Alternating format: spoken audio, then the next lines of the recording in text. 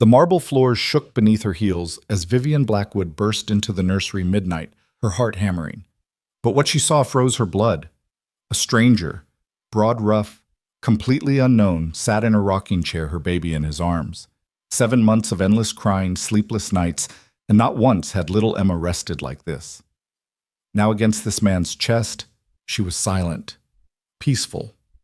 Vivian's throat locked. Who was he? How did he get in? And why did her daughter cling to him as if she had known him forever? This is the story of billionaire single mom finds single dad feeding her baby.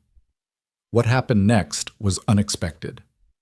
Stay with me to the very end and tell me the city you're watching from, so I'll know how far this story travels. The marble floors of the Seattle penthouse gleamed under the faint glow of recessed lights, but tonight they echoed with the sharp, furious click of Vivian Blackwood's heels. Midnight had folded over the city outside the skyline, drowned in mist and the low hum of traffic below. Inside, silence should have reigned, but it was broken by something impossible.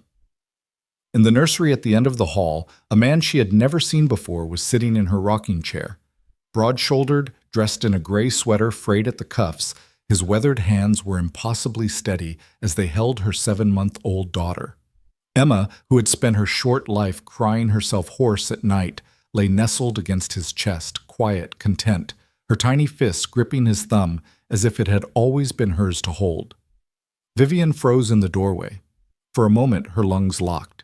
She had built her life on control of her company, of her schedule, of her household. Nothing happened here without her knowledge. Yet here was a stranger, humming softly to her child, and somehow Emma was more peaceful than she had been in months. Her designer purse slipped from her hand, thudding against the Persian rug. "Who are you?" Her voice cracked like glass, trembling with panic and rage. The man didn't startle. He didn't rush to explain or stand to defend himself. His eyes, deep-shadowed, carrying a quiet exhaustion, lifted to meet hers. He spoke with a voice so low and calm it almost didn't match the scene. "Daniel Hayes," he said. "The agency sent me." Vivian's pulse spiked. Agency. No agency had been called. Her throat tightened. What agency? I didn't call anyone. No one touches her but me. No one. Daniel adjusted Emma gently, never breaking the rhythm of the rocking chair. Your housekeeper called. Around 10. Said you'd been up 3 nights straight. Said Emma wouldn't stop crying. She was worried. The name hit Vivian like a blow. Margaret. Loyal for 15 years, the woman knew her rules, her absolute rules about Emma's care. No one touches her. And yet here was a man with steady hands and a voice like worn velvet defying all of it. She had no right, Vivian hissed, stepping into the room. Her arms reached out, trembling with fury. Give her to me, now! For the first time, Daniel's jaw tightened. He didn't move to obey. Instead, his thumb brushed across Emma's cheek with practiced tenderness. She was crying so hard she could barely breathe when I walked in. I wasn't going to stand in the hallway and listen to that. Vivian stopped cold. His tone wasn't polished like her staff's. It wasn't deferential. It carried something raw, almost familiar. And beneath the words lay a conviction she didn't know how to fight. Emma stirred, then let out a sigh, soft, trusting, at peace. Vivian's chest ached. She had hired the best nannies money could buy. Not one had managed this. She wouldn't eat for me tonight. Vivian heard herself admit, the confession pulled from her like thread from a frayed seam. That's because you were nervous. Daniel's voice stayed low even. Babies feel everything. Your stress, your exhaustion, your fear. Sometimes they just need someone calm enough to tell them they're safe. Safe. The word stung. Vivian couldn't remember the last time she had felt it herself. Not since Richard's death. Not since the debts. Not since the boardroom battles that left her staggering home each night to face Emma's cries alone. Her spine stiffened. What makes you think you know what she needs?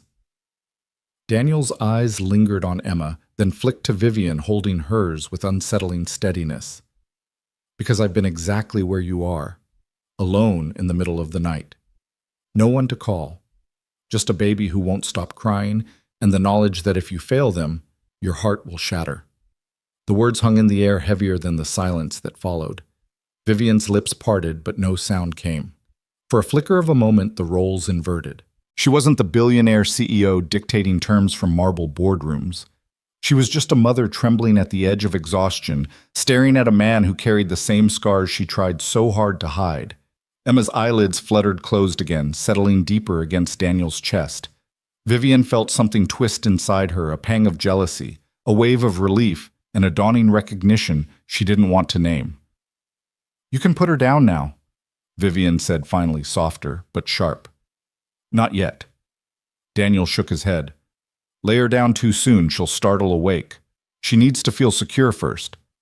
The precision of his knowledge startled her. This wasn't textbook advice. This was survival wisdom earned in sleepless nights she suddenly realized he must have lived through. "You talk like you've done this 1,000 times." His gaze softened, drifting back to Emma. "Once was enough to change everything about who I thought I was." Something in the way he said it clipped, guarded, but carved out of old pain made Vivian pause. For the first time since storming into the nursery, she stopped reaching for Emma. "What's your story?" she asked, the words sharper than she intended, but driven by something she couldn't hold back. Daniel's lips twitched, almost a smile, but not quite. "Nothing worth telling, just a single dad trying to make ends meet. Lost my son's mother when he was 3 months old. Learned quick there's no clocking out when you're the only one they've got." The image struck Vivian harder than she expected. She had grown up surrounded by staff assistants, security people paid to anticipate her every need. The thought of being truly alone with an infant, no lifelines, no escape. It was a weight she could hardly imagine. Her throat burned. She turned away, clutching the nursery doorframe like it might keep her upright. "Why this kind of work?" she asked quietly. Daniel's shrug was humble, almost resigned. "Because I've been through nights where I thought I wouldn't make it. Where my son's crying nearly broke me. If I can help someone else avoid that just for one night, it's worth it." The honesty disarmed her. His presence should have felt like an intrusion. Instead, it felt like something she hadn't realized she needed a reprieve. For a long moment, neither spoke. Only the faint hum of the city outside and the soft rhythm of Emma's breathing filled the room. And in that fragile silence, Vivian Blackwood woman, who had never allowed anyone to see her falter, felt the first crack in the armor she had built around herself. The nursery light glowed soft amber against the pale walls, but in Vivian's mind the shadows sharpened. She hadn't moved from the doorway, her hand still gripping the frame nails biting into the polished wood. The stranger Daniel Hayes sat as if he belonged, as if this room and this child had been his for years. Emma stirred her lips, sucking softly at the bottle Daniel tilted with quiet precision. Vivian's chest rose and fell too fast, each breath jagged. For months her life had been reduced to board meetings by day battles with Emma's tears by night. A cycle of exhaustion that no fortune, no staff, no prestige had managed to break. And here was a man she hadn't invited, couldn't have invited, solving in moments what she had bled herself dry trying to fix. She stepped closer, her heels sinking into the thick rug. "I didn't call anyone." Margaret had no right. Daniel didn't look up this time. His focus was wholly on Emma, who sighed with contentment, eyelids heavy, but no longer wet with tears. "Sometimes people care enough to bend rules," he murmured. "She was worried about both of you." The words struck deeper than Vivian wanted to admit. "Both of you." She hadn't thought of it that way. She too was crumbling under the weight of expectation. But she folded her arms, desperate not to show weakness. "You should leave as soon as she's asleep." Daniel's eyes flickered up dark with a quiet strength. "If I lay her down too soon, she'll startle awake and scream until dawn." "You don't want that." Vivian bristled. How dare he presume? Yet against her will, she recognized the truth in his voice. Every failed night with Emma replayed in her mind, her baby gasping with cries, her own hands shaking too hard to hold the bottle right. "Why are you so calm?" she whispered, almost to herself. He shifted Emma slightly, the motion practiced natural. "Because I've lived this before. Alone. My son was 3 months old when his mother died. Nights like this." He paused, the words catching. "Nights like this nearly broke me." Vivian blinked. She had expected excuses, credentials, rehearsed professionalism. Instead, he gave her grief naked and unpolished. Her mouth was dry. "And you think you can just walk into my home and what?" Play hero Daniel shook his head slowly. "No, I'm just here to keep her safe tonight. That's all." The simple humility unnerved her more than arrogance would have. Emma's tiny hand clenched tighter around his thumb, a gesture that felt almost like betrayal. Vivian wanted to scream to rip her daughter back into her arms, but the sight of Emma's chest rising and falling in perfect rhythm stopped her. Minutes stretched. Vivian lowered herself into the armchair across from him, her anger cooling into wary curiosity. "So you're a father," she said at last, her tone brittle. "I am. Where's your child now?" Daniel's eyes shadowed. "With my late wife's parents. They helped when I couldn't stand on my feet anymore. He's older now, but I still—" His voice faded. He swallowed hard, then steadied. "I still try to be in his life." The honesty hit her harder than any polished speech. A man admitting failure. In her world, weakness was an unforgivable sin, yet in his mouth it sounded like truth. Vivian shifted uncomfortably, the fabric of her silk blouse whispering as she crossed her arms. "So you moonlight as a babysitter?" That almost smile tugged at his mouth again, dry, self-deprecating. "I work wherever I can. It keeps me close to what I know. And what I know is how hard it is to be alone in the dark with a child who won't stop crying." Silence. Only Emma's soft breaths filled the air. Vivian exhaled, the fight draining from her. She hated how much sense he made. For 7 months she had hired the best nannies with sparkling resumes, nurses with training, and none of them had managed what this weary stranger had done in an hour: bring peace. "You talk like you understand more than most," she said, her tone less combative now. Daniel looked down at Emma, brushing her cheek with his thumb. "When you've had to figure it out alone, you learn fast. Every baby cry is a language. You fail enough nights, you either give up or you adapt." His words pulled something raw inside her chest. Vivian thought of her own nights slumped on the nursery floor with mascara streaked down her face, begging Emma to drink to sleep to stop screaming. She had never said it out loud, not even to Margaret. To hear someone name the darkness she'd lived in, it was unbearable and relieving all at once. Her lips parted, then shut. A lump lodged in her throat. She wanted to tell him to go to reclaim control, to push back against the cracks forming in her armor. But Emma's peaceful sighs betrayed her. Daniel shifted again expertly, as if Emma weighed nothing. "She'll need to burp soon," he murmured. "Otherwise, she'll wake up again in 20 minutes. Vivian blinked, startled by the detail. "You even know that?" He gave a small shrug, his eyes fixed on Emma. Experience. For the first time since storming into the room, Vivian felt herself sag back into the chair. The fight had drained from her bones, leaving only exhaustion and a reluctant, unspoken gratitude. Her gaze fell to Daniel's hand, strong, calloused, steady, and for the first time she wondered not who he was, but how much he had lost to learn this tenderness. The nursery, once a battleground of sleepless nights, felt different now. Charged. Not with anger, but with something else. A recognition she couldn't yet name. And somewhere in the quiet between the hum of Daniel's voice and Emma's steady breaths, Vivian Blackwood realized this stranger wasn't leaving her life as easily as he had entered it. The city outside pulsed faintly through the nursery windows, headlights smeared against the glass like brushstrokes. Vivian sat stiff in the armchair, her posture regal, but her insides unraveling. Across from her, Daniel's presence filled the room with an ease she resented. He wasn't supposed to be here, and yet every soft breath from Emma made his intrusion feel like salvation. The lullaby he hummed tapered into silence. Daniel tilted Emma against his chest, one large hand rubbing her back in a rhythm so instinctive Vivian's breath caught. A quiet burp escaped. Then Emma's body slackened in contented sleep. For 7 endless months, this moment had been elusive. Now it arrived in the arms of a man Vivian hadn't authorized through her steel-lined gates. "You make it look easy," she said finally, her voice brittle. Daniel's gaze lifted, calm but shadowed. "It's not easy. It's just practice. And pain." His words made her throat tighten. "I don't like people in my house without my say-so." "I don't like crying babies being left in misery," Daniel countered, steady, his tone carrying no malice. "We can both be unhappy about it, but the difference is, she's sleeping now." The retort landed harder than she expected. Vivian's lips pressed into a thin line, her chest aching with the sting of truth. Emma's tiny body rose and fell in serene rhythm, oblivious to the storm between adults. "Don't presume to know how I raise my daughter." Vivian's words came sharper than intended. Daniel's hand stilled on Emma's back. His eyes didn't flinch.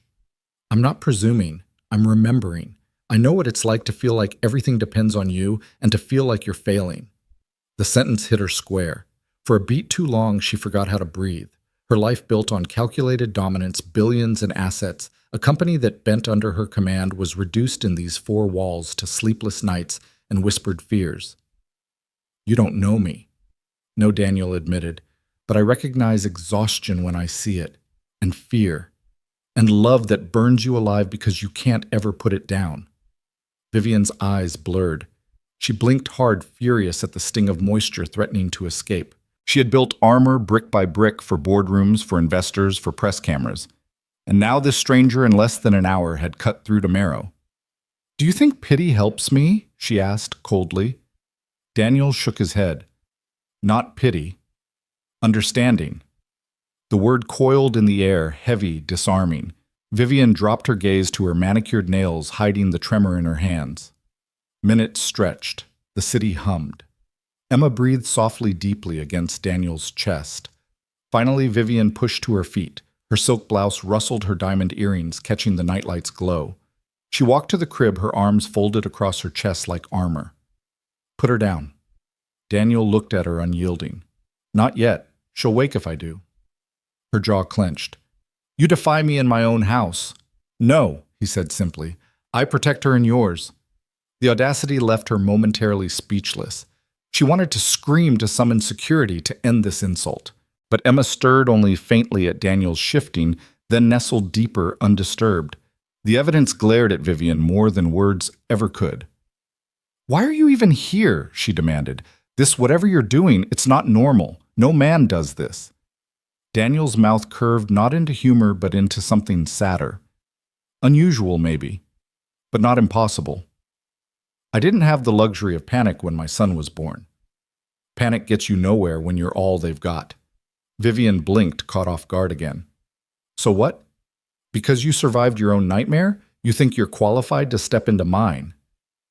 He adjusted Emma slightly, his movements so fluid they silenced her protest. "No, because I survived mine. I can sit here and tell you you're not alone in yours, whether you want me here or not." The declaration cracked through her defenses more than she wanted to admit. Her throat burned again and she turned toward the window, masking her face in shadow. "I don't need anyone," she muttered. Daniel's reply was soft but piercing. "No one does until the night they finally admit they do." Her breath hitched. For a fraction of a moment, Vivian felt weight lift, as if someone had quietly shifted the burden she'd carried too long. She hated it. She wanted it. She didn't know which more. "You should go when she's asleep," Vivian said again, but the words rang hollow. Daniel didn't answer. Instead, he began to hum again, low, steady, a sound that seemed to stitch the cracks in the silence. Emma remained wrapped in his arms, untroubled. Vivian stayed by the window, staring out at the glittering skyline. But her mind wasn't on the city. It was on the stranger whose presence defied every rule she lived by, and whose arms her daughter trusted more than anyone else's. And deep inside, where she never let anyone see a dangerous thought unfurled, what if Emma was right to trust him for a long beat after her last words? The only sound in the room was the soft, tidal hush of Emma's breathing. Vivian stayed near the window, back straight, hands locked around her elbows, like she could hold herself together with nothing but posture. The city's glow painted a silver line along her cheekbone. It made her look made of glass. Daniel shifted a little, testing Emma's weight. "She's in deep sleep," he murmured. "If I transfer her now, it might hold." The word transfer scraped at Vivian's nerves, too clinical for what felt like ritual. Still, she nodded. "Do it." He rose in one calm motion, keeping Emma tight to his chest. He didn't make a show of knowing. He simply knew. One hand cupped the back of her head. He lowered her to the crib's mattress like a tide laying down a shell. Then this surprised Vivian. He didn't remove his hand.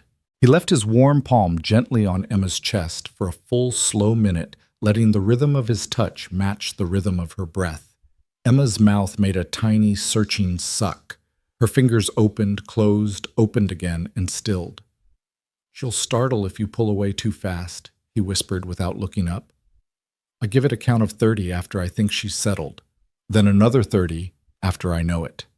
He waited. 30. Another 30. The room seemed to breathe with them. When he finally slid his hand back, he did it like a magician, so gradual that Vivian felt the air return before she believed he'd moved at all. Emma didn't stir. The nightlight haloed her lashes. Her chest rose and fell as if the sea were inside her.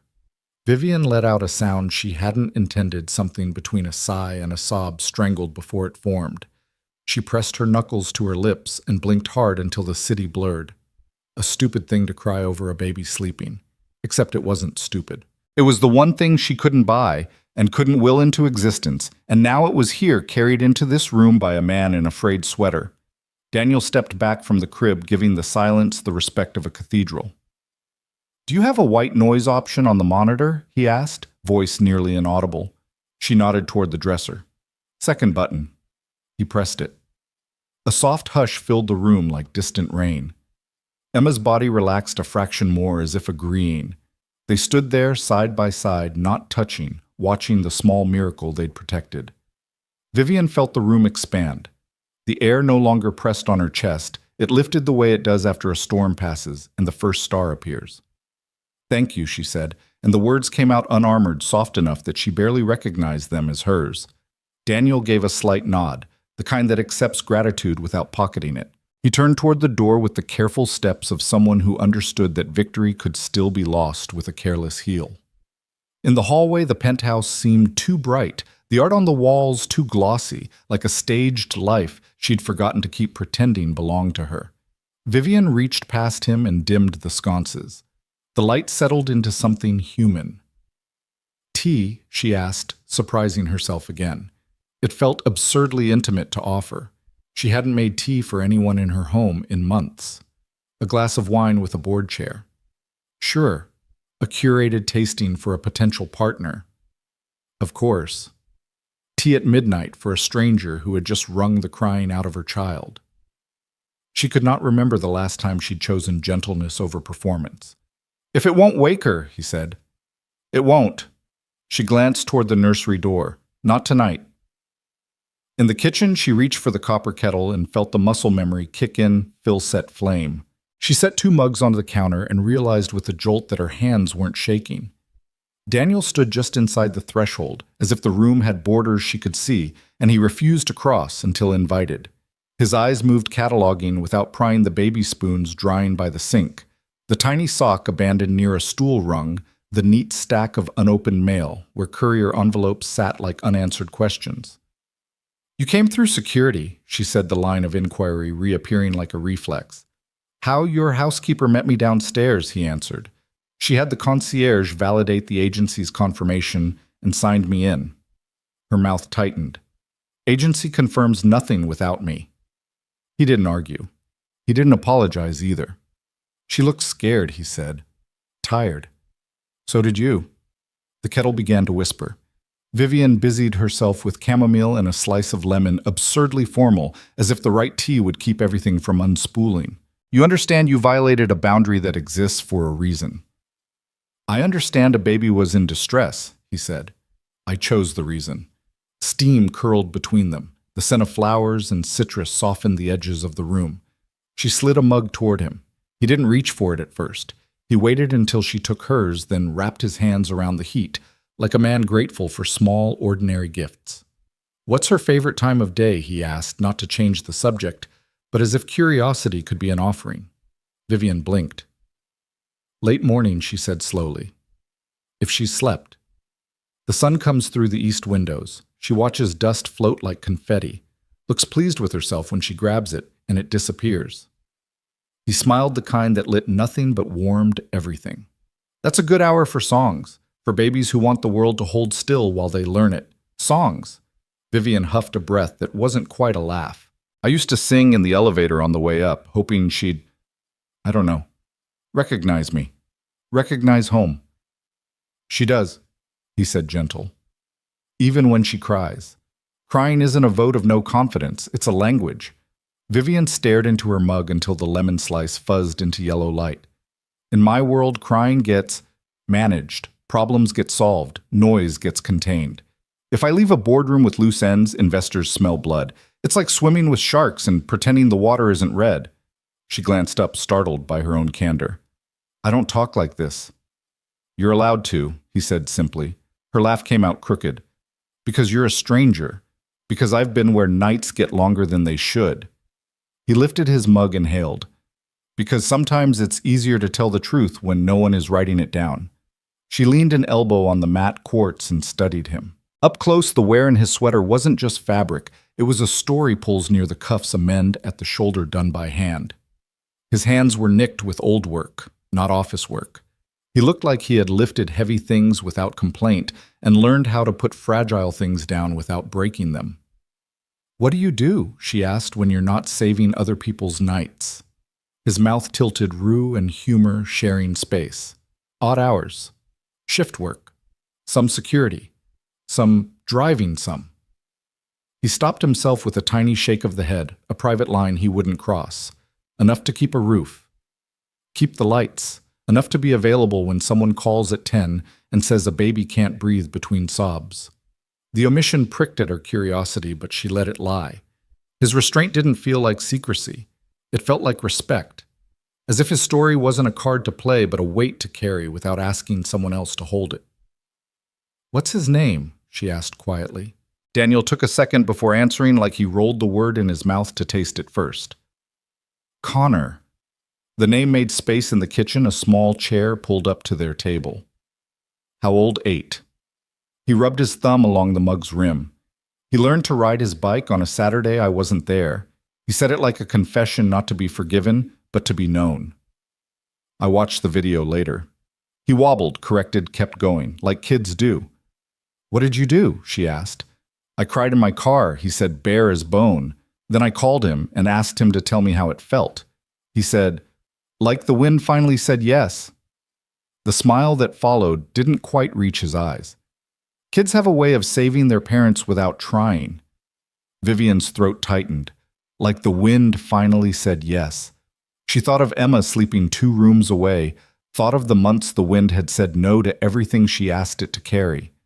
I don't know how to do this, she admitted. Not with excellence, not the way I do everything else. You already are, he said. You haven't quit. That's excellence when there's no applause. She looked away because looking at him made the truth land too cleanly. I hired experts. They all failed. They didn't fail, he said. They weren't you. Sometimes the answer is consistency, not credentials. He gestured toward the dark hallway. She knows your smell, your step, the way you whisper hello. We can build around that. We. The word caught. She set her mug down with care. There is no we, Mr. Hayes. Daniel, he corrected gently. Daniel, she echoed, and the name felt like a stone tossed into still water rings moving outward. You came tonight because someone let you in without my permission. That will not happen again. He nodded acceptance without argument. Understood, but she added against all her own rules. If you write down what you did, timing bottle temperature, the hand on her chest thing, she made a clumsy motion suddenly shy of terms. I would appreciate it. He reached into his back pocket, pulled out a small spiral notebook, and flipped to a clean page. His handwriting was neat, measured. He wrote Emma at the top like a vow. Then he listed what seemed like ritual warm bottle to just below body temp. Hold vertical, pause at 3 minutes for burp, transfer after first limb drop, hand on chest 90 seconds, white noise low. He added a final line. If you feel your breath speeding up, sit first, then pick her up. She'll match you. He tore the page, slid it across the counter. Vivian took it and stared so hard the letters doubled. She folded the paper once, then again smaller than it needed to be, as if the size made it easier to hide and keep. Thank you, she said steady this time. You're welcome. From down the hall, the white noise purred on a gentle hush. The kettle clicked as the metal cooled. Up here, the city surrendered to deeper night. Traffic thinned to the occasional whisper. Ian listened for the familiar dread to return, the sense that any second would bring the next failure. It didn't. The quiet held. "You should go," she said at last. Not because she wanted him gone, but because the shape of the night depended on ending before it got named. He nodded. At the door, he hesitated. "Do you want me to text Margaret when I'm off shift? So she knows the method we used." Vivian considered balancing pride and relief on a scale she could never fully see. "Leave your number with the concierge," she said finally. "For documentation. I'll decide what to do with it." "Understood." He stepped into the foyer. She followed because it felt wrong to let him walk the glowing corridor alone, like dismissing a ghost that had done her a kindness. At the threshold, he paused again, hands in his pockets, a posture that looked like a man reminding himself not to reach for anything that wasn't his. "You did well tonight," he said. "Even when you thought you weren't." She almost laughed because how could he know? But the words lodged in a place she kept empty for emergencies and fit there. The elevator chimed softly. He gave a small nod and turned away. She watched his shoulders recede, the doors close, her own reflection slide back into place on the polished metal woman of means of marble and glass and leverage. Behind that reflection down the hall, a baby slept. Vivian went back to the nursery on quiet feet. She stood over the crib and read the shape of her daughter's rest the way sailors read weather eyelashes, unmoving breath, even fingers uncurled. She laid her palm on the railing and felt the wood cool under her skin. "You're safe," she whispered, surprising herself with how the words steadied her more than Emma. "We're safe." On the kitchen counter, the torn page waited under the lemon-scented mug. She tucked it into the silverware drawer, ridiculous and perfect, as if it belonged among useful things. Before she turned off the lights, she pulled her phone from her pocket and typed a brief message to Margaret. "We'll talk in the morning." Her thumb hovered over the screen. She added, "Thank you." Then after a long breath, "Please leave the agency number with the concierge." She didn't send anything more, not authorization and not refusal, just a narrow bridge over a river she wasn't ready to name. When she finally slipped into bed, silence held. The ceiling's faint shadow line looked less like a crack and more like a seam. Vivian lay there with her hands folded under her cheek, and for the first time in months she didn't count minutes by cries or by failures. She counted them by breaths. In the last flicker before sleep took her, she saw Daniel again in the nursery's amber light. His hand steady on Emma's chest, counting to 30, then another 30, as if time itself could be taught to be kind. Days would come quickly now, she knew. Days had a way of doing that when something shifted on its axis. She didn't know which direction they'd swing. She only knew that when the elevator chimed again, morning or some later afternoon, she would feel the echo under her ribs and not mistake it for fear. She closed her eyes and let the night hold. And somewhere in a lobby 2 floors below, a concierge slid a business card into a small envelope scrawled "For Ms. Blackwood" across the front and placed it under a brass paperweight shaped like a sailboat waiting for wind. Morning bled slowly into the penthouse, pouring pale gold across Vivian's bedroom ceiling. She stirred at the sound of muffled giggles echoing faintly from the nursery. For a breathless second, panic gripped her. Emma never giggled in the morning, not after the night she knew, but the sound repeated soft and certain, and she realized it wasn't a dream. Vivian pushed back the linen sheets, her bare feet cool against the hardwood, as she padded toward the source. The nursery door was ajar. She stopped at the threshold. Daniel was there again. Not in the rocking chair this time, but crouched low on the playmat, holding a rattle just out of Emma's reach. He teased it back and forth, his deep voice narrating in mock seriousness. "Almost got it, little one. Come on." "Oh, so close." Emma squealed, the sound bubbling out of her like it had been waiting her whole life for release. Vivian gripped the doorframe. 1,000 instincts collided inside her fury that he'd returned without her invitation. Relief that Emma looked so alive in his care, dread at how quickly this stranger was dismantling her carefully drawn lines. "You're back," she said, her tone sharper than she intended. Daniel glanced up. No guilt, no flinch, only a quiet acknowledgement in his eyes. "Margaret asked me to return for the morning shift. She said you had an early call with your board." Vivian bristled. "Margaret seems to be making a habit of running my life for me." "She's running concern." Daniel countered, evenly rising with the rattle still in his hand. Emma reached for him, and he obliged, placing the toy in her grasp with exaggerated reverence. And Emma doesn't seem to mind. The betrayal seared. Emma, her own daughter, clung to him without hesitation. Vivian wrapped her silk robe tighter armor against the rising tide in her chest. You don't get to decide what she minds. Or what I do. Daniel studied her for a long moment, then set the rattle down beside Emma and straightened to his full height. I'm not here to replace you, he said simply. I'm here because someone saw two people drowning and threw out a rope. The image caught her off guard. Vivian looked at her daughter. Cheeks flushed, eyes, bright arms waving at the rattle. She was happy. Something that had been absent for so long it felt foreign in the room. Vivian crossed her arms. And what happens when I don't need the rope anymore? Then you let go, Daniel said without hesitation. And you'll know you were strong enough to survive. But until then, no one faults you for holding on. She hated that his words didn't sound like intrusion. They sounded like truth. Vivian stalked to the crib, scooping Emma up into her arms. The baby protested with a soft whimper, as if she'd been pulled from her favorite game. Vivian kissed her daughter's forehead, desperate to reclaim something that already felt fragile. Your world isn't mine, Daniel Hayes, she said.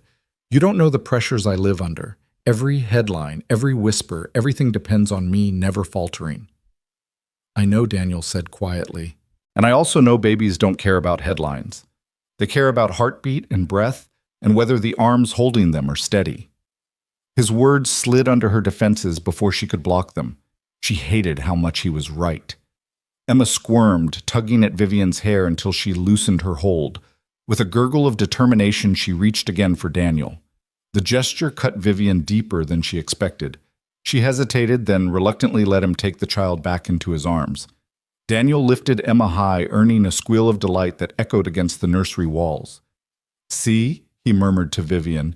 She already knows joy when she feels it. You gave her life. I'm just helping her laugh. Vivian turned away, swallowing hard. Her phone buzzed from the dresser, 3 missed calls from the board chair.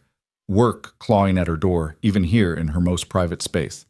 She silenced it suddenly, unwilling to let that world intrude on this fragile moment. When she turned back, Daniel was swaying with Emma in his arms, her cheek pressed to his shoulder, her rattle clutched like a trophy. He didn't look like staff. He looked like family.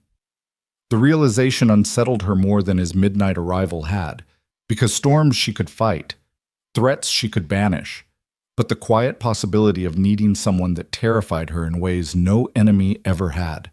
And yet, as she watched Emma's lashes flutter with drowsy contentment, Vivian felt the smallest whisper of relief seep into her bones. For the first time, she didn't feel entirely alone. Morning came quietly, as if afraid to touch the windows.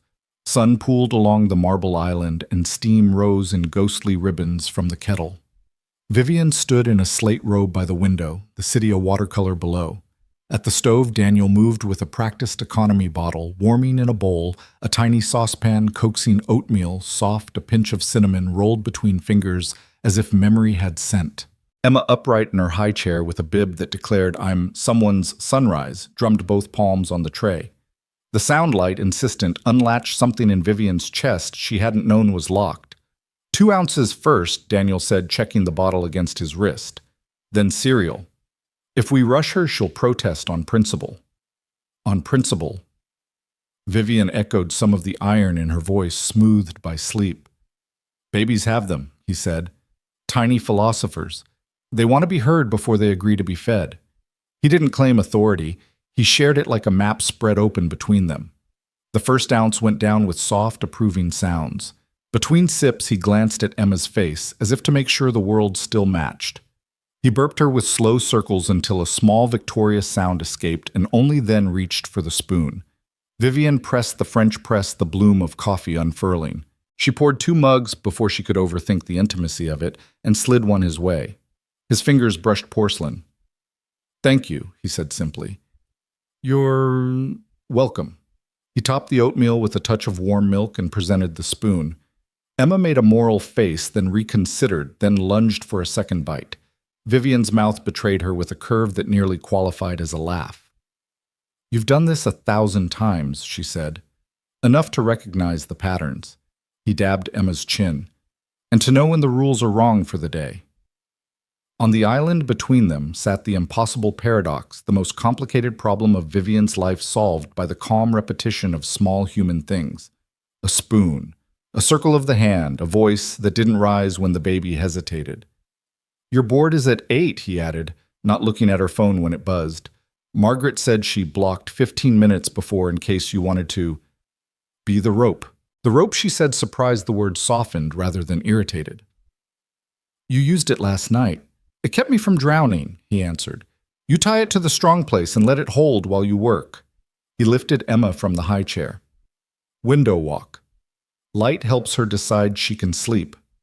Vivian followed as he paced the wall of glass. The sound was hammered steel. Fairies moved like slow punctuation. Daniel didn't sing words, only a low thread of safety. By the time they reached the corner, Emma's lashes lay like quiet commas on her cheeks. He lowered her into the bassinet, left his palm on her chest, 30, another 30, and stepped back only when her breath found its tide. They returned to the island. Steam curled from their mugs. Last night, Vivian said without preface, you said you'd been alone with a crying baby and knew if you failed him, your heart would shatter. The admission she hadn't allowed even to herself slipped into the light. Why this work? Not the agency version. Yours. He took time with the answer, letting silence be part of it, because there were nights when my son's crying made the walls lean in. I thought if I closed my eyes, the world would end. At 3 a.m., help comes with price tags or judgment. What I needed was time from someone who knew what to do and didn't treat me like a test I'd failed. He looked at his hands. So I give people what I needed, a few hours, a way through. What's the currency, she asked, surprised by her own softness. Time, he said, and what my hands remember. She studied the scar near his knuckle, the mend at the shoulder of his sweater, the way he took up space without demanding it. Before this security, he said, before that police. I left when every call felt like my own house on fire.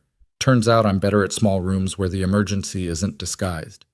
You make rooms feel safe, she said, and only realized she'd said it when he looked up.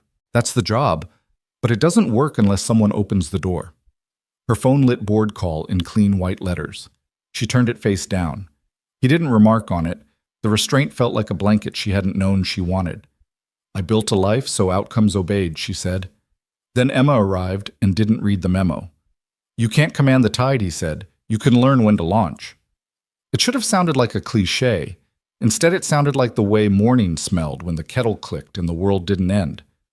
Formalities, she said, catching herself. Background, NDA, a rate. Of course, he said. The agency has my files. You'll have them by noon. And your rate? He named a number. Vivian frowned. Too low. It's standard. It's low for this standard, she countered. And for my gratitude. His mouth tilted, but he didn't argue. We can revisit after a week, if you still want me here. The little conditional hit harder than it should have. She wanted to stamp certainty into the air contract's signatures, the crisp click of control. Instead, she said, after a week, we adjust. Both sides. Emma rustled and settled the bassinet, whispering like a shoreline. They both looked over, then back connected by a line neither of them tugged. I'll walk her when she wakes, Daniel said. The fountain buys you 90 minutes. 2 hours if she presides over the pigeons. Presides? She's already a chairwoman, he said. They'll take the minutes. It pulled a quiet laugh from her, so rare it startled them both. Would you build me a routine? She asked, surprising herself. Time's cues. Not a manifesto, a rope. He took a small spiral from his pocket, wrote with neat, patient letters. 2 OS bottle pause oatmeal, window loop nap, white noise low. He added kiss before call, like a line item that belonged among ounces and minutes. He tore the page and slid it to the fridge magnet where nanny schedules had become a graveyard of good intentions. Don't make a shrine to failure, he said when he noticed her glance. Make a map to what worked. The simplicity landed like mercy. She didn't thank him. The room was already full of it. He rinsed the bowl and spoon, wiped the counter the way he had held the baby, careful, exact, without fanfare. It wasn't service. It was stewardship. She wondered how many rooms he'd left better than he found them. She wondered how many people had noticed. "Will you teach me the hand on chest again?" she asked, almost embarrassed by how much she wanted to memorize the feel of it. "As many times as you ask," he said. He shrugged into his coat. "I'll be in the lobby at 10. If you want me today, text yes. If not, I vanish like a bad idea." She should have said she needed approvals gates, the proper forms lined up like soldiers. Instead, she heard herself answer, "If I say yes, you'll take her to the fountain and show her how to preside." He smiled, not triumphant, not hopeful, just present. "Yes, ma'am." He stepped into the hall. "Daniel," she said, and he paused. "Yeah. Thank you for making morning end better than it began." He nodded, and the gesture felt like a seal pressed into warm wax. When he was gone, Vivian stood still, listening to the hush that had replaced panic. The fridge page fluttered slightly under the magnet in the draft from the vent. She walked to the bassinet, touched Emma's hair, then kissed her forehead, and the baby sighed like the sea turning. Vivian picked up her phone, opened her messages, and typed one word. She looked at it for a breath the way a diver looks at the surface before going under, then hit send. Yes. The word yes still glowed on her phone screen when the elevator doors parted in the lobby. Daniel looked up from a leather-bound notebook resting across his knee. He didn't rise immediately, as if he half expected her to change her mind. But when she appeared, hair drawn back in a silk tie, Emma balanced against her shoulder, he stood with the steadiness of someone who had been ready all along. "You came," he said softly. "I said yes." Vivian's tone was crisp, but her grip on Emma was gentler than it had been in weeks. The concierge slid a stroller forward, sleek carbon frame, a gift from one of Vivian's investors when Emma was born. Daniel unfolded it with the ease of a man who had assembled a dozen, with his own hands clicked the harnesses without fumbling, and took Emma as if she had always belonged there. Outside, Seattle's morning pressed crisp and damp against their cheeks. They moved past glass towers into the smaller streets that stitched neighborhoods together. Vivian walked a half step behind her heels, striking the pavement, but it was Daniel who set the pace. He angled the stroller toward the waterfront where gulls wheeled and the air smelled faintly of salt. At the fountain he stopped. Pigeons clustered heads, bobbing eyes sharp for crumbs. Daniel crouched, lifted Emma out, and set her carefully at the edge of the stone basin. Her tiny palms smacked the granite with authority. There he said half to her, half to Vivian. "The chairwoman presides." Emma squealed, delighted. A pigeon flapped close, then away. Daniel chuckled. "First order of business, redistribute the breadcrumbs fairly." He produced a small bag from his coat pocket. "Margaret said you don't let her near processed snacks, so oatmeal biscuits." Vivian blinked. "You carry oatmeal biscuits?" "Never know when you'll need to bribe birds." "Or toddlers." He broke one into crumbs, letting Emma scatter them clumsily. The pigeons bobbed closer, a council convened.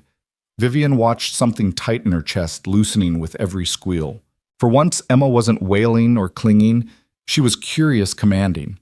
The sight should have filled Vivian with pride. Instead, it filled her with a bittersweet ache because the person unlocking this joy wasn't her. "She's never laughed like that with me," she admitted before she could stop herself. Daniel glanced over his shoulder. "That's not true." "She laughs, just not always in the ways you expect. Sometimes the rhythm is different." Vivian folded her arms as if the wind had chilled her. "So you're an expert in reading my daughter already?" He didn't bristle. "No, I'm learning her, same as you." He tipped his head toward Emma. "Difference is, I don't take it personal when the birds win first." Emma clapped, scattering more crumbs. The birds flurried, wings beating against the morning. Vivian found herself smiling despite herself, the sound of her daughter's giggles weaving into the city noise. They walked back slowly, Emma drowsy, in the stroller. Daniel pushed with one hand, the other resting in his pocket. He didn't fill the silence, didn't offer platitudes. He simply let the world sound itself out, footsteps, wheels, the hiss of passing buses. Vivian broke first. "You said last night you used to be police." Daniel nodded once. Why leave? His jaw tightened, but he answered. "Because every call started sounding like my own house. Every siren was my son's cry. And one day I missed a detail. A small one. Nothing catastrophic, but enough to tell me I couldn't keep pretending. I had to step away before someone else paid for my ghosts. Vivian studied him, caught between admiration and something more complicated. So you traded chasing criminals for chasing pigeons. For showing up where I'm useful, he corrected. She wanted to dismiss it as sentimental, but his tone carried no pity, no performance, just fact. Back at the penthouse, Margaret greeted them, her eyes softening at the sight of Emma sleeping in the stroller. Vivian bristled, ready to scold her housekeeper for bypassing her authority again. But when Margaret whispered, "She looks so happy," Vivian's fury faltered. Daniel transferred Emma to her crib with the same ritual as the night before, hand steady on her chest. 30, another 30. Vivian stood in the doorway, arms folded, but this time she wasn't guarding territory.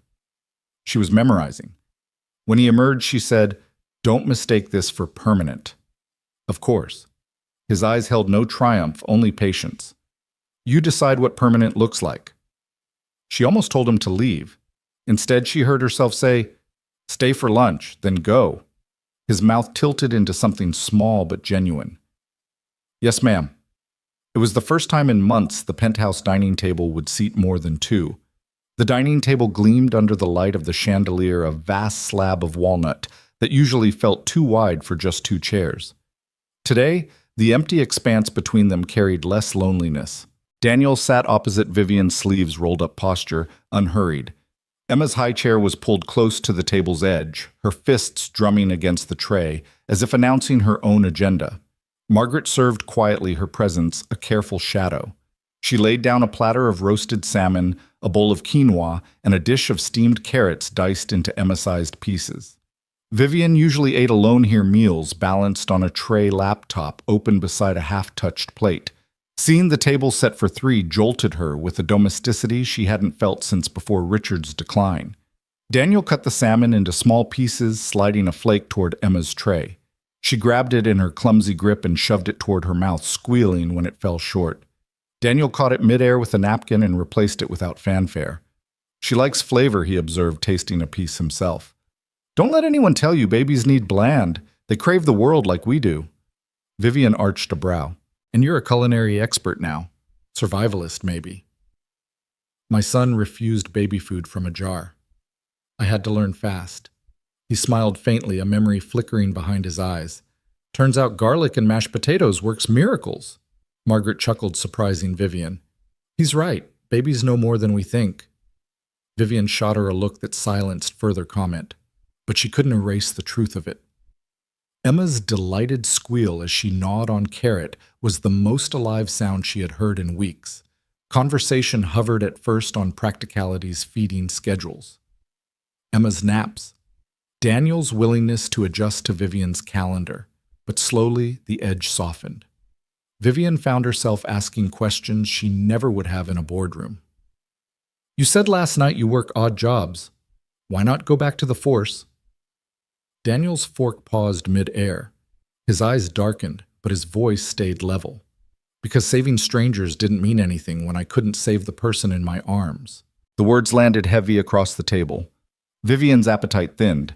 She saw the weight he carried, not polished into performance, but raw, scarred into the lines around his eyes. "I'm sorry," she said, surprising herself. "That wasn't fair." He shook his head. "You asked a real question. You deserved a real answer." Silence lingered, filled only by Emma's babble as she smeared carrot across her bib. Then Vivian spoke again, softer. "You talk like you've lived 10 lives. Maybe just one hard one." His mouth curved. "But Emma doesn't need to carry that. She just needs steady arms." Vivian watched him, a question blooming she didn't dare voice. Why was he here pouring that steadiness into her child? What did he gain from this arrangement other than an hourly wage that insulted the depth of what he gave?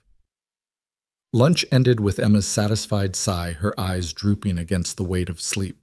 Daniel lifted her gently, carried her to the nursery, and performed the ritual again. The slow transfer, the palm on her chest, the double count of 30. Vivian followed, watching from the doorway. When he stepped back, he found her eyes fixed on him. "You're good at this," she said. The admission dragged from a place she rarely touched.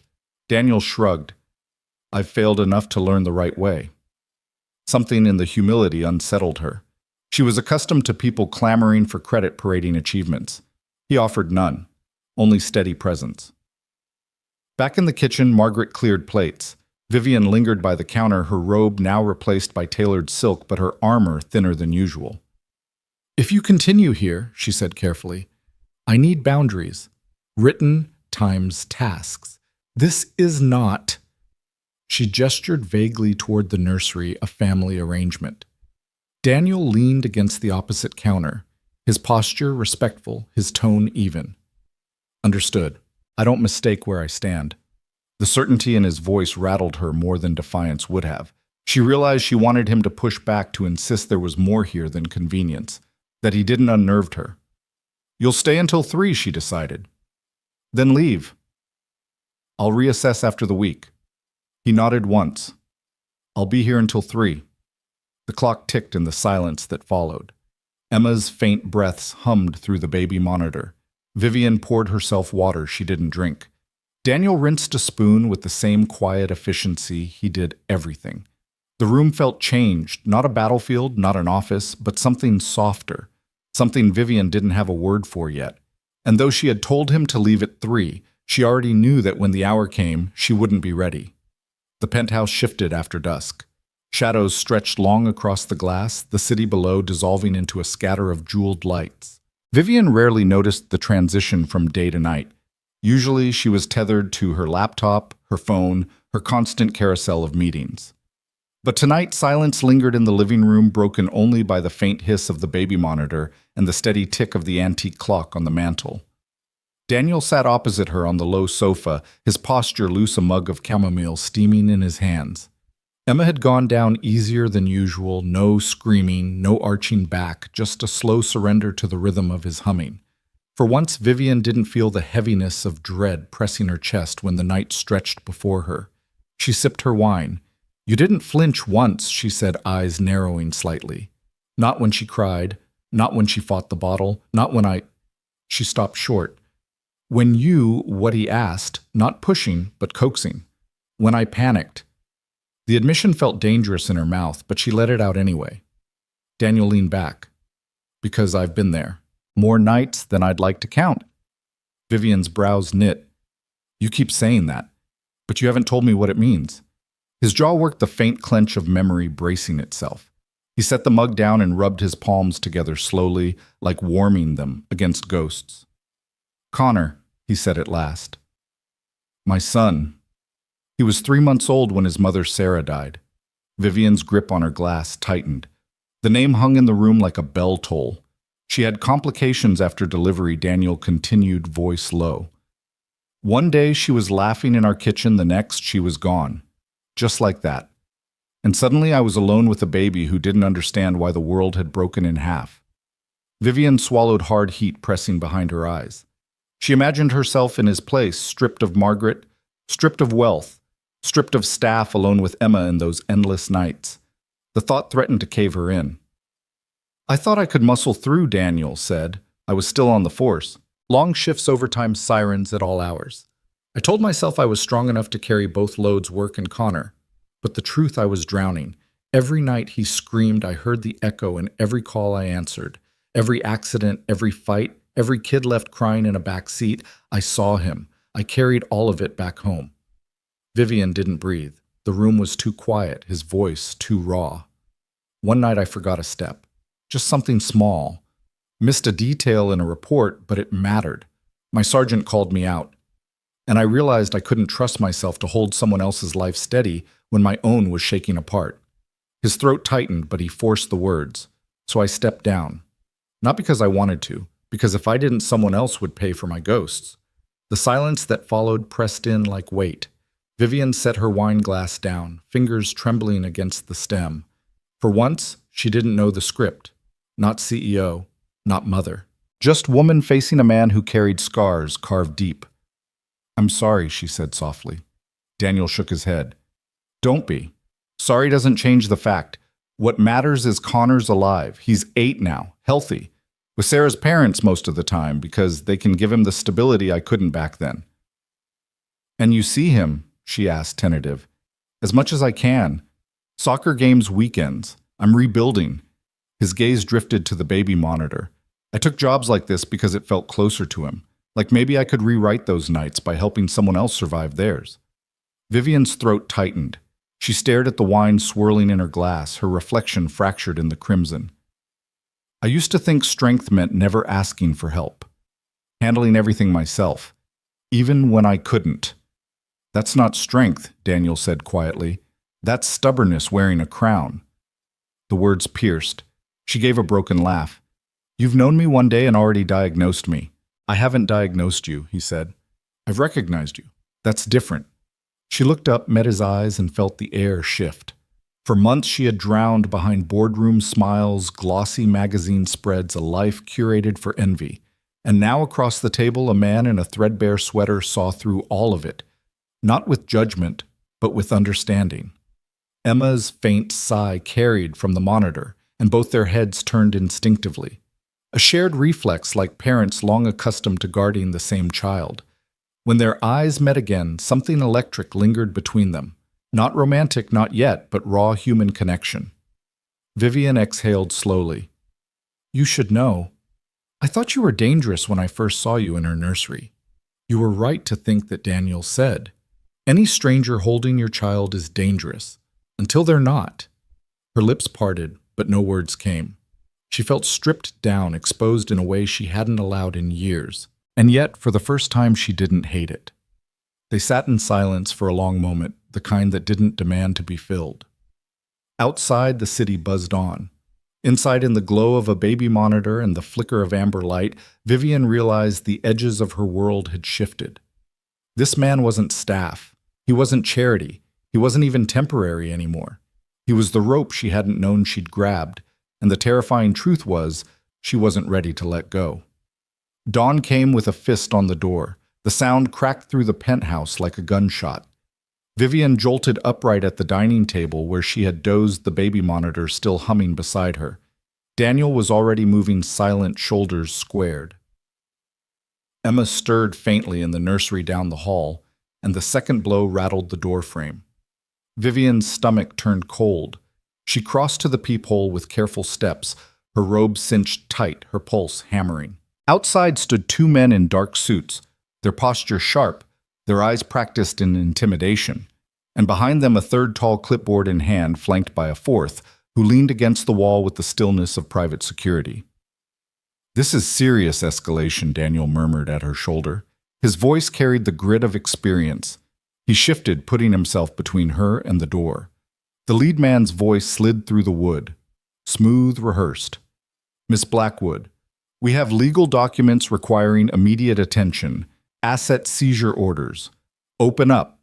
Vivian's heart slammed against her ribs. Asset seizure. Her late husband's debts she had been assured were resolved, rising like corpses from graves she thought she'd buried. Daniel pressed the intercom. Those documents require proper legal service, not intimidation at 7:45 in the morning. Step back. The reply came sharp. This is your last chance. We can do this easy or we can do it hard. The threat rang heavy in the hall. Vivian felt her legs tremble. For all her billions, for all her marble floors and glass towers, she stood here like prey in her own home. Daniel's stance hardened. He moved closer to the intercom, his voice calm, measured, lethal in its steadiness. Here's what's going to happen.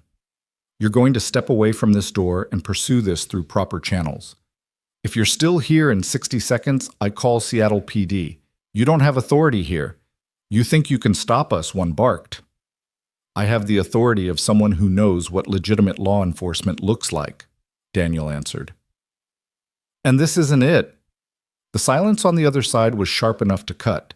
Vivian pressed her hand against her mouth, her breath unsteady. Emma whimpered faintly in the nursery, sensing tension, but not yet crying. Finally, footsteps. A murmur of heated conversation. The elevator chimed. The men retreated. But relief didn't come. Vivian sagged against the wall, her body trembling. They'll be back, she whispered. Probably Daniel agreed. He turned to her eyes, steady voice low. But next time we'll be ready. The weight of his words pressed deep. For the first time in months, Vivian realized she wasn't standing alone on the battlefield. She forced a breath past her throat. Why do you sound like you've done this before? Daniel's gaze didn't waver. Because I have. The truth lingered between them like smoke heavy with the promise of more storms. The penthouse was quieter than usual after the men left, but the silence wasn't peace, it was the fragile hush after lightning. Vivian lingered near the window arms, crossed tight against her chest, her reflection ghosted in the glass. The skyline sprawled beneath her, indifferent, glittering like nothing had happened. Daniel stood by the door still and alert, as though waiting for the next knock. His frame looked carved out of stone, shoulders squared, eyes sharp. He hadn't relaxed since the men left. You knew exactly what to say, Vivian finally whispered, her voice hoarse. You knew how to make them step back. Daniel turned slightly, his expression unreadable. Because I've seen that type before. They push to see where the cracks are. If you show fear, they'll keep pressing. She scoffed bitterly. So what did I show? Because my hands were shaking so badly, I could barely keep the robe tied. You didn't open the door, he said simply. That's strength. Her throat tightened.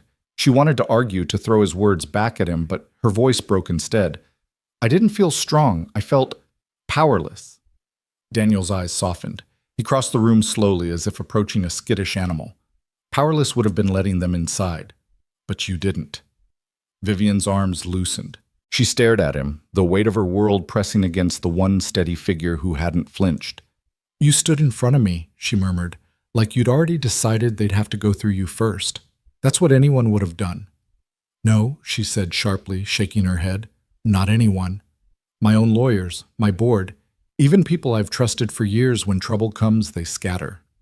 You didn't. You stayed. Daniel said nothing. He didn't need to. The truth was etched in his stance, in the quiet control that had steadied her panic. Her voice dropped lower, trembling but steady enough to carry meaning. You're the only safe thing I've had in a long time, Daniel. The words seemed to stun even her. She hadn't planned them, hadn't meant to voice them. They slipped out raw, unpolished, but true. Daniel's jaw flexed. For a moment he looked away, as though her confession carried too much weight. Vivian. He started, then stopped, shaking his head. She pressed on. I built walls so high, even I couldn't climb out. And now you're here, not asking for anything, just holding the ground beneath me when it feels like it's crumbling. Daniel's eyes met hers, then steady and piercing. Don't put me on a pedestal, he said quietly. I'm not unshakable. I've got my cracks too. Vivian exhaled a laugh that wasn't quite laughter. Maybe that's what makes you real. Everyone else in my world hides their cracks. You don't. Emma's cry cut through the fragile quiet. Both of them turned instinctively, their shared reflex tightening the invisible thread between them. Daniel was already moving toward the nursery, but Vivian caught his wrist, stopping him. I'll go, she said. Her own voice startled her. Usually she let Margaret, or now Daniel, handle Emma's midnight unrest. But something inside her shifted tonight. She wanted Emma to feel her arms, not just others. Daniel nodded slowly, releasing the moment to her. Vivian crossed the hall, heart pounding in sync with Emma's cries. She lifted her daughter from the crib, whispering shakily, I've got you, sweetheart. Mommy's here. Emma quieted quicker than Vivian expected, little head pressing against her shoulder. Tears pricked Vivian's eyes as she rocked gently, the nursery light casting soft halos on the wall. For once, she didn't feel like a stranger to her own child. When she returned, Emma settled again. Daniel was still standing near the door, watchful, silent. His presence filled the room like armor she hadn't realized she'd needed. Their eyes met again. Something wordless passed between them. Something fragile. Something dangerous. Something she couldn't yet name. The morning after brought no peace. Vivian sat at the long dining table, her phone glowing with a list of missed calls. Attorneys, bankers, even a veiled threat disguised as a courtesy reminder from a debt recovery firm. Each notification was a stone in her stomach. Daniel lingered near the counter, pouring coffee. He watched her in silence, gauging the weight pressing on her shoulders. She finally spoke, voice low but sharp. They won't stop, Daniel. Those men last night were just the beginning. If I keep pretending this will go away, it's Emma who pays. Daniel set the mug down, his tone steady. What are you thinking? Vivian lifted her gaze. I'm thinking I need to face them. Not send another lawyer, not hide behind security. Me. His brow furrowed. Vivian, they're not playing by rules. You walk into that room, they'll smell blood. That's what they do. And what's the alternative? Keep Emma in a penthouse under siege, live in fear every time there's a knock at the door. Her hand trembled, but her voice sharpened. No, I won't let her grow up thinking her mother bought safety but never earned it. Daniel studied her. He saw more than resolve. He saw desperation hardening into courage. He rubbed his jaw. If you're going, you're not going alone. Her lips curved in a bitter half-smile. I was hoping you'd say that. By noon they were in her car, the sleek black sedan humming through the city streets. Vivian drove knuckles white on the wheel, her usual chauffeur distance stripped away. Daniel rode shotgun, his gaze scanning the sidewalks, the rear-view mirror, every alley they passed. The Marine in him had returned silent, calculating, already bracing for impact. You've done this before, she said quietly, her eyes on the road. Done what walked into rooms where you knew people wanted to break you. He didn't answer right away. Finally, his voice came rough. Too many times. Her throat tightened. She wanted to ask more, but the building loomed ahead, a low, nondescript structure on the waterfront. Its glass doors shaded its windows tinted. It didn't look like an office.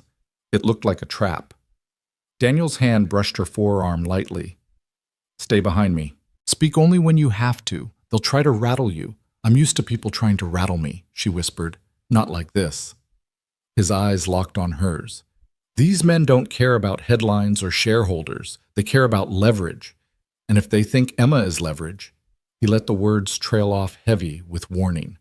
Vivian's stomach dropped, but she nodded. Inside, the air smelled of stale coffee and cheap cologne. A man in his 50s sat at the head of a battered conference table. His suit pressed his smile cold. The same two men from the penthouse flanked him, arms folded, eyes sharp. Ms. Blackwood, the leader said smoothly, we appreciate you coming in person. Shows responsibility. Vivian straightened her spine. I'm here to make this stop. He chuckled, leaning back. Then you know what we need. He slid a folder across the table. Your late husband left quite the mess. Interest alone is swallowing what little he had left. But lucky for you, we're reasonable men. Daniel stood at her shoulder. Arms crossed his presence, a wall of quiet threat. Vivian opened the folder. Numbers glared back at her, impossible sums that could drown even her empire if she wasn't careful. She closed it calmly, meeting the man's gaze. You're circling me like I'm prey, but you forget I didn't build what I have by being hunted. I built it by being the hunter. The man's smile faltered just slightly. Bold words, Miss Blackwood, but this isn't the boardroom. No Daniel cut in his voice, even lethal. It's a shakedown. The room stilled. Vivian let the silence stretch her pulse, thrumming. For the first time in months, she wasn't alone at a table stacked against her. Daniel's shadow stretched beside hers, anchoring her to the ground. The leader's smirk returned thinner this time. We'll be in touch. Vivian rose. Daniel followed. Neither of them spoke until they were outside the heavy doors closing behind them. Her knees nearly buckled, but Daniel's hand steadied her elbow. You held your ground, he said quietly. I felt like I was going to collapse. But you didn't. She met his eyes, breathless. You make me believe I can fight, and that terrifies me more than them. Daniel said nothing, but his grip lingered a moment longer than it needed to, silent proof that she wasn't imagining the thread binding them tighter with every step. The news broke 2 days later. Vivian's name splashed across the business network's headlines, sharp and merciless. Debt shadows Blackwood fortune. Pundits speculated, rivals salivated, and the board members who once toasted her vision now whispered about contingency plans. Vivian watched from her penthouse couch, the TV volume low. Emma asleep against her chest. Her daughter's small breaths were steady grounding, but the words scrolling across the ticker sliced through her composure. Daniel entered quietly, a grocery bag in one arm, his jacket dusted with Seattle drizzle. He caught the screen, then her pale face.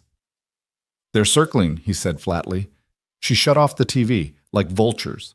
He set the bag down, pulled out bread milk, a jar of baby food. The ordinary sound of groceries softened the storm for a moment. Then he looked at her straight. You knew this would happen.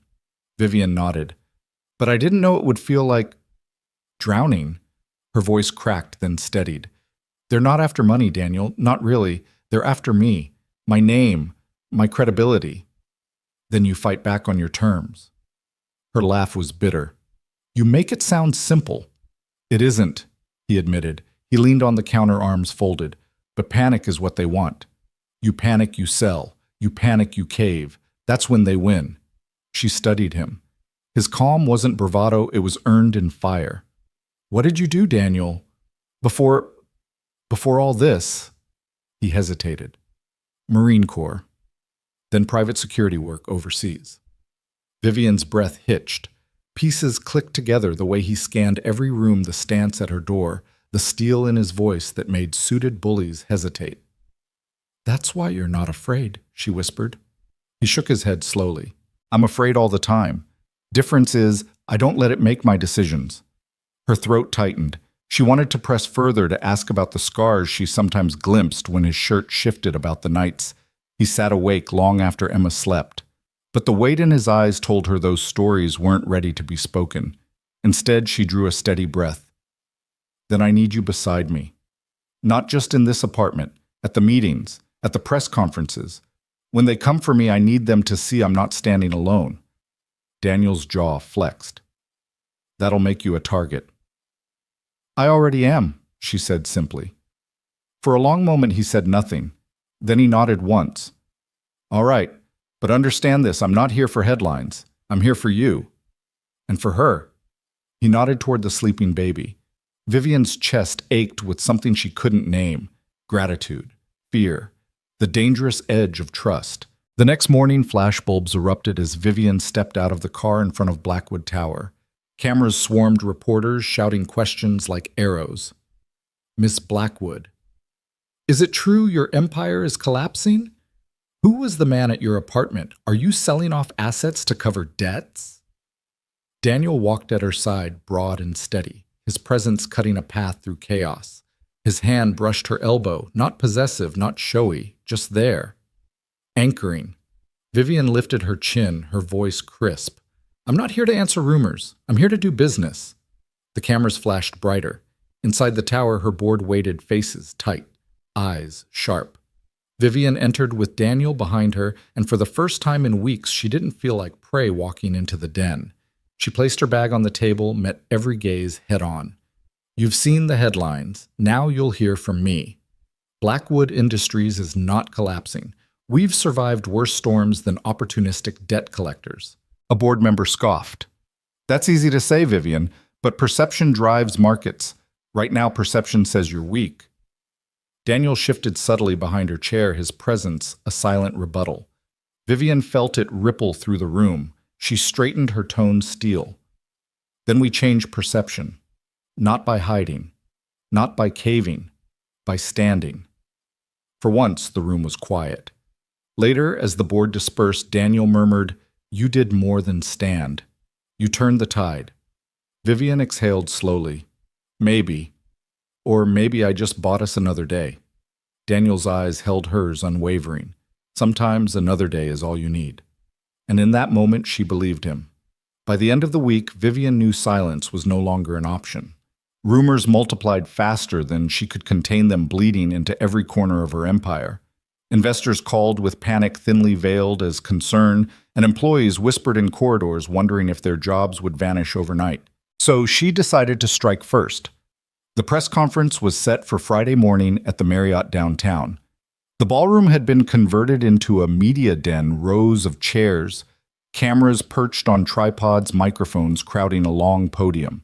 A giant Blackwood Industries banner loomed behind the stage, its colors bold, unflinching. Vivian stood in the green room, hands trembling as she adjusted the cuffs of her navy blazer. She had faced shareholders worth billions, senators who could make or break regulations, but this felt different.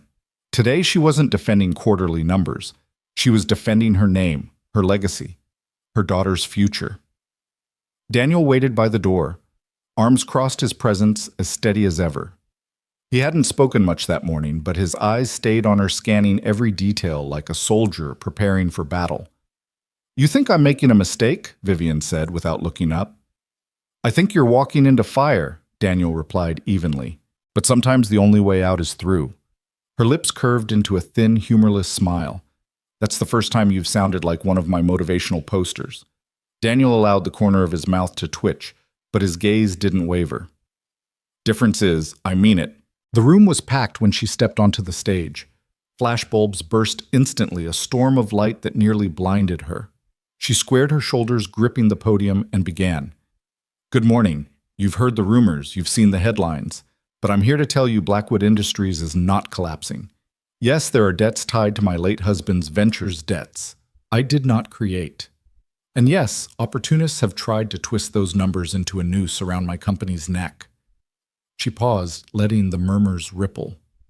Daniel stood just off stage, his silhouette a constant anchor in her periphery. But I did not build this company to fold under pressure.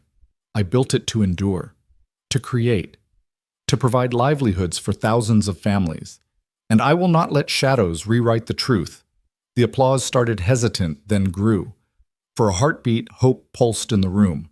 Then a voice cut through the noise. Miss Blackwood, a reporter called, his tone sharp.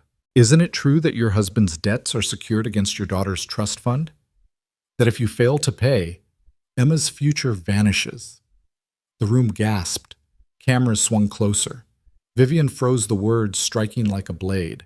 She hadn't expected them to know. That detail was buried, locked behind layers of confidentiality agreements. Yet here it was dragged into the light. Her knuckles whitened on the podium. Her first instinct was rage. Her second, fear. Emma's name in this room, her daughter's innocence twisted into a bargaining chip. Daniel shifted instantly, stepping forward just enough for her to catch his eyes. His expression was clear. Don't let them see you break. Vivian drew a breath so deep it scorched. Emma Blackwood is a child, she said firmly, her voice carrying steel. She is not a financial instrument. She is not a bargaining chip. And anyone who suggests otherwise is showing the world exactly what kind of vultures they are. Gasps rippled. Reporters scribbled, cameras zoomed. Vivian's pulse thundered, but her gaze didn't falter. The moderator quickly called for the next question, but the damage was done. The narrative had shifted. Emma was no longer invisible. She was in the storm now. Back in the car, silence pressed thick. Vivian stared out the window, her reflection pale in the glass. They're going after her now, she whispered. My baby. They'll drag her name through the mud to get to me. Daniel's voice was low, lethal. Then they'll have to go through me first. Her eyes flicked to him, raw and searching. Why are you still here, Daniel? You could walk away, pretend this isn't your fight. No one would blame you. He held her gaze unblinking. Because it is my fight now. You and Emma, you're under my watch, and I don't abandon what I protect. Vivian swallowed hard. For the first time that day, her eyes stung not with fear, but with something dangerously close to trust. The attack came faster than either of them expected. By Monday morning, Daniel's name was plastered across tabloids that had never cared about him before. Headlines screamed, "Mystery Man living with Blackwood heiress." Others dug deeper, twisting fragments of his military past into something shadowy. Ex-Marine turned mercenary. Vivian Blackwood's dangerous protector. Vivian sat at the breakfast table, the glossy paper trembling in her hand. The ink blurred as her eyes burned. They're coming after you now, she whispered. Daniel shrugged, pouring coffee as though it didn't matter. They want me out of the picture. Easier to break you without someone standing at the door. Her voice snapped sharp. Don't act like it doesn't matter, Daniel. They're painting you as some kind of criminal. He looked at her, finally steady calm. Vivian, I've been called worse in places where people meant to kill me. Ink on paper doesn't scare me. But it scared her. Not for his reputation, he didn't seem to care about that, but for what it meant. They'd found him. They'd dug into his past, his records, maybe even people he'd served with. She dragged him into her storm, and now the lightning struck him too. Emma, oblivious to the tension, babbled happily in her high chair, smearing oatmeal across her tray. Vivian reached to wipe her little hands, but her own shook so badly, Daniel stepped in gently, taking the cloth from her. I'll handle this, he murmured. Vivian's eyes flashed. No, this is my battle. They're targeting you because of me, and I won't let them bury the one person who stood beside me. For a moment, their gazes locked, fire meeting fire. Then Daniel sighed, a slow exhale that softened the edges of his resolve. All right, then we handle it together. That afternoon, Vivian called a meeting in her private office at Blackwood Tower. Her PR team lawyers and 2 board members crowded around the long mahogany table. Daniel stayed near the wall, silent but watchful. Her head of PR cleared her throat nervously. The narrative is shifting, Vivian. You handled the trust fund revelation with strength, but the focus is now on him. She flicked her eyes toward Daniel. They're questioning his past, his influence, his loyalty. Vivian cut in sharply. The woman hesitated. Yes. Vivian leaned forward, her voice low and controlled. Let me make one thing clear. Daniel Hayes has stood by me in moments when the rest of you wanted to run. He is not a liability. He is my anchor, and anyone who tries to spin otherwise will answer to me. The room went quiet. Even Daniel's eyes flickered with something she couldn't quite read, surprise, maybe even gratitude. A lawyer cleared his throat, adjusting his glasses. Still miss.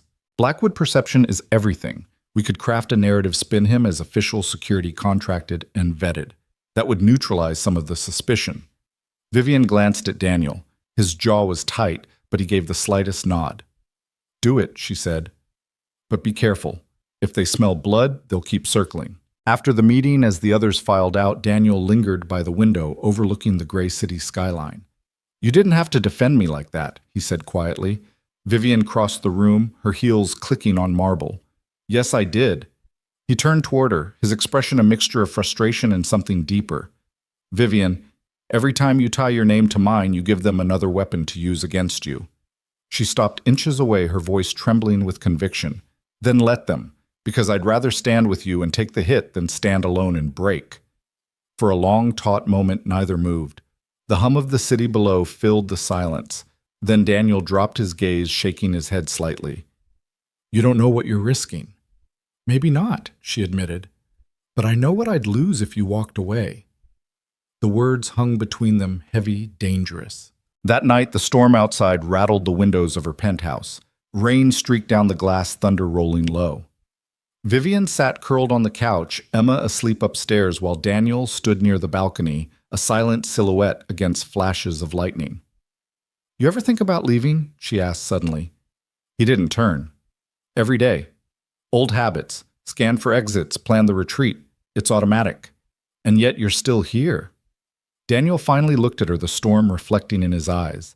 Because every time I think of walking out that door, I remember Emma's laugh. And the way you looked when those men showed up, like you'd been fighting alone too long. I can't walk away from that. Vivian's throat closed. For once, she didn't try to fill the silence with words. She just let it settle raw and real. And as the storm raged outside, she realized something terrifying and undeniable. She didn't just trust Daniel. She needed him. The next blow didn't come through lawyers or tabloids. It came through a leak. Vivian was in her office reviewing quarterly projections with her CFO when her phone buzzed with an urgent notification. She clicked the link and the world seemed to tilt. There it was, Daniel's military file, or at least what looked like it. Photos redacted pages, reports suggesting he had been dishonorably discharged after a mission gone wrong. Phrases like unauthorized use of force and civilian casualties blared across the screen. Her CFO's voice faltered mid-sentence as he glanced at her phone. Is that about your security detail? Vivian snapped the device face down, pulse racing. Meeting's over. She dismissed him before her composure cracked. When Daniel arrived minutes later, called by her trembling voice, he read the leaked file without flinching.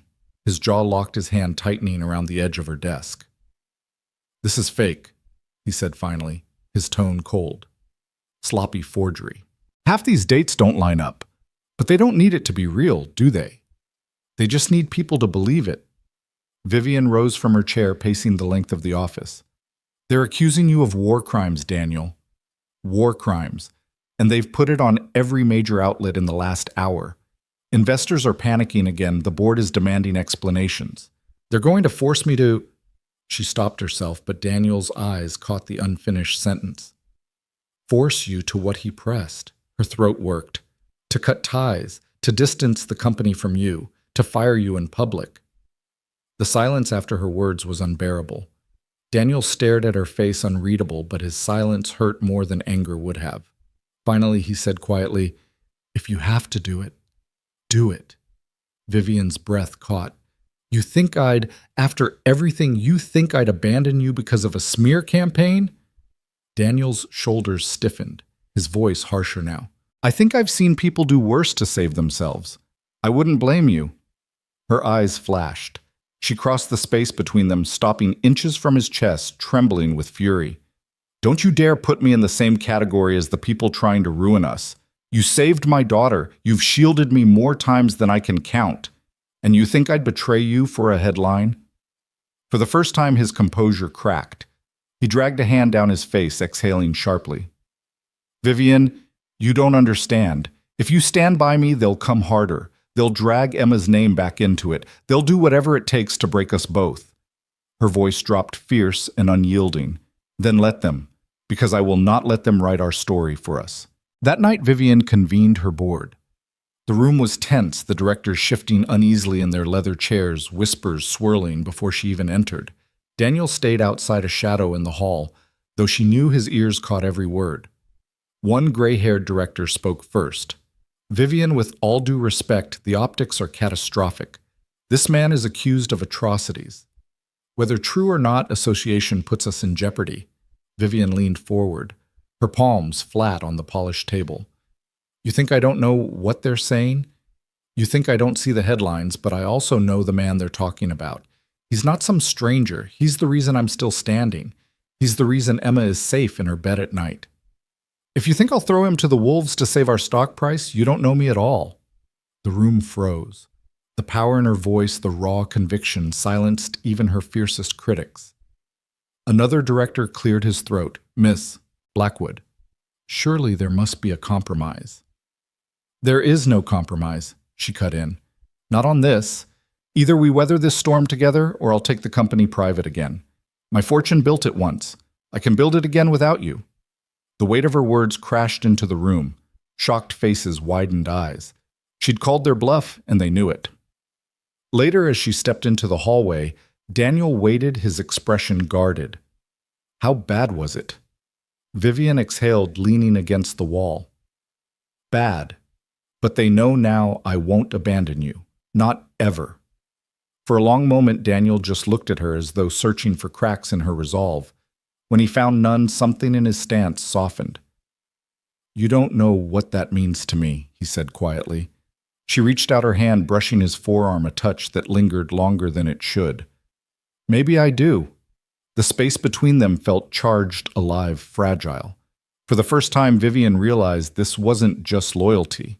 This was something neither of them had dared name yet, and that made them more dangerous than ever to the enemies circling outside. The shift happened when Daniel decided they'd been on the defensive too long. For weeks, they'd endured the smears, the knocks on doors, the headlines meant to choke them. But Daniel's training had taught him one thing: if you never strike back, you'll eventually be cornered. And Vivian had reached the point where fear had burned itself into steel. One night, with Emma asleep upstairs and the rain slicking the city in silver, Daniel spread a series of files across Vivian's dining table. Not leaks, not forgeries, real documents. Where did you get these? She whispered, staring at the stamped seals, the names, the quiet trails of money transfers.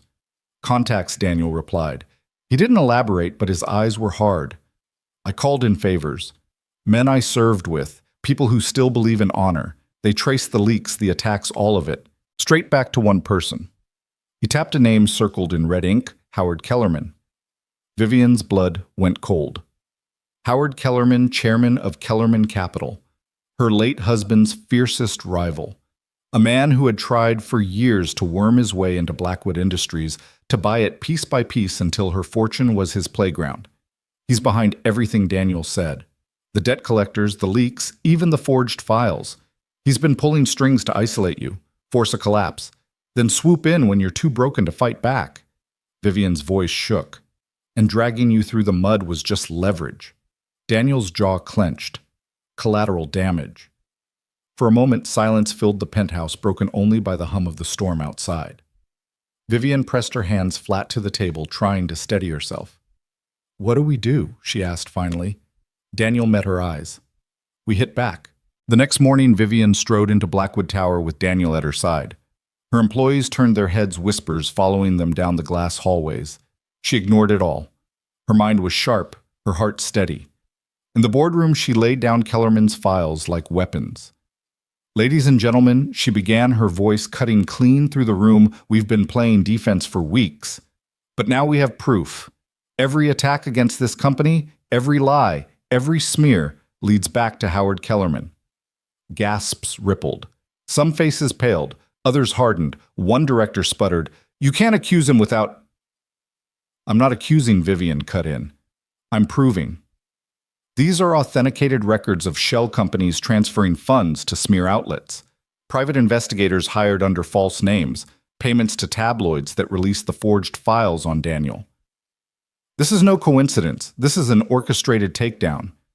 She glanced at Daniel, standing like a sentinel against the wall. His presence alone gave weight to her words. Now she continued, her tone colder. "We can go public with this. Expose Kellerman for what he is. Or we can stay quiet, let him keep tearing us apart and watch everything we've built collapse." The decision was obvious. That night, Vivian and Daniel sat side by side in her office, drafting the statement that would change everything. She typed slowly, carefully, her words measured but sharp. Blackwood Industries has been the victim of a coordinated smear campaign funded and orchestrated by Howard Kellerman. Evidence has been secured and verified by independent auditors. We will not be silenced. We will not be intimidated, and we will not abandon those who have stood by us. When she finished, she leaned back, her shoulders trembling. Daniel placed a hand over hers on the keyboard. "You sure about this?" he asked softly. "Once it's out there, it's war." Vivian turned her head, meeting his gaze. "It's already war. This is just the first time we're fighting back." For a long beat, their hands stayed together on the keyboard, the weight of unspoken things pressing between them. Daniel broke the silence. "No matter what happens, Vivian, I'll be here. I'm not leaving." She swallowed, her throat tight. "I know." And for the first time since the storm began, she believed it. When the statement went live, the reaction was instant. Headlines flipped. News anchors debated Kellerman's name with fire in their voices. Investors rallied, furious at the revelation of corporate sabotage. And Howard Kellerman himself, once smug in his distance, was suddenly dragged into the light, his empire trembling. Vivian watched it unfold on the evening news, Emma asleep against her shoulder. Daniel stood behind her, arms crossed, silent but steady. The tide had turned. For the first time, the predators were on their heels. But Vivian knew the fight wasn't over. Men like Kellerman didn't surrender. They struck harder when cornered. And when the counterattack came, she and Daniel would have to be ready, not just as allies, but as something more. The counterattack came faster than even Daniel expected. 3 days after Vivian's statement went live, a subpoena landed on her desk. Federal investigators, allegedly tipped off by anonymous sources, demanded she testify regarding fraudulent accounting practices. Every news station screamed the story within hours, painting her as the face of corruption. Howard Kellerman had fired his last bullet, and it was aimed straight at her heart. By evening, protesters gathered outside Blackwood Tower, chanting her name with venom. Reporters swarmed the sidewalks, their microphones jabbing at the air like weapons. Upstairs in the penthouse, Vivian sat stiff-backed in her armchair, Emma sleeping against her chest, her hand trembling against the baby's hair. "They're going to destroy me," she whispered. Daniel crouched in front of her, his hands steady on her knees. "No," he said. "They're going to try, and then we're going to burn them down with the truth." Her eyes lifted to his, wet and uncertain. "What if I lose everything?" Daniel didn't flinch. "Then you'll still have Emma, and you'll still have me." The words cracked something open inside her. She'd spent years building walls shielding her heart behind empire and armor. But now, with the city baying for her blood, the only thing holding her upright was the man in front of her, the man who had walked into her life with nothing but quiet strength and a promise to protect. The next morning, she walked into federal court, Daniel at her side. Cameras flashed like lightning storms. Reporters screamed questions. "Ms. Blackwood, did you falsify records? Is your bodyguard a war criminal? Do you deny Howard Kellerman's allegations?" Vivian stopped on the courthouse steps. She turned, facing the sea of lenses, her voice carrying sharp and clear over the chaos. "Howard Kellerman has tried to bury me under lies. He forged files on my security chief, smeared my late husband's name, And now he dares accuse me of crimes I did not commit. Well, here's the truth. I will not be intimidated. I will not let a predator steal what my family built, and I will not stand alone." She reached for Daniel's hand, gripping it tight, holding it high for the world to see. "This man has protected my child, my company, and my life. And I will protect his name in return. If you want to call us guilty, then call us guilty of standing together." The crowd roared. Some booed, but others cheered, their voices rising above the jeers. The image of the billionaire widow and the single dad veteran, hand in hand on the courthouse steps, blazed across every screen in America within minutes. Inside the hearing unraveled Kellerman's scheme piece by piece. Daniel's contacts, subpoenaed as witnesses, testified under oath. Independent auditors confirmed every fraudulent transfer traced back to Kellerman Capital. The forged military files were exposed as fabrications. By the time Vivian finished her testimony, the tide had turned completely. The prosecutors withdrew, and the judge ordered an immediate investigation into Kellerman. When Vivian and Daniel emerged onto the courthouse steps, the same crowd that had jeered now surged with applause. Chants of "Blackwood, Blackwood" rolled like thunder down the street. Vivian blinked back tears as she lifted Emma into her arms, the baby blinking wide-eyed at the noise. Daniel leaned close, his voice low enough only for her. "You did it." "No," she whispered back, her eyes meeting his. "We did it." That night, the city was quieter. Vivian stood on her balcony, the skyline glittering against the dark. Daniel joined her, his sleeves rolled up, the lines of exhaustion etched across his face. For once, he looked at ease, like a man who had finally laid down a burden. She turned to him. "What happens now?" He shrugged lightly. "You rebuild. Kellerman's finished. The company will heal." "That's not what I meant," she said softly. Her eyes searched his brave in their vulnerability. "What happens to us?" Daniel's throat worked. He stepped closer, his voice low and certain. "That depends on you." Her hand found his fingers threading together. "Then let's find out." In that moment, on a balcony above a city that had tried to break them, Vivian Blackwood and Daniel Hayes chose something neither headlines nor enemies could destroy each other. The story of the billionaire single mom and the single dad veteran didn't end with a scandal. It began with one. Because what the world saw as survival was in truth the start of something bigger, an alliance built on trust, on sacrifice, on love, born in the fire of adversity. And though storms would come again, they knew this, no one was taking away what they'd fought for. Not this time. Not ever. Your thoughts will help us create meaningful stories. And if you want to hear more powerful healing stories like this, don't forget to subscribe to the channel, click the bell icon so you don't miss any new episodes. And most importantly, share this video with people who need a little hope today. Thank you so much for your time. We hear you, we listen to you, and we are honored to tell these stories for you.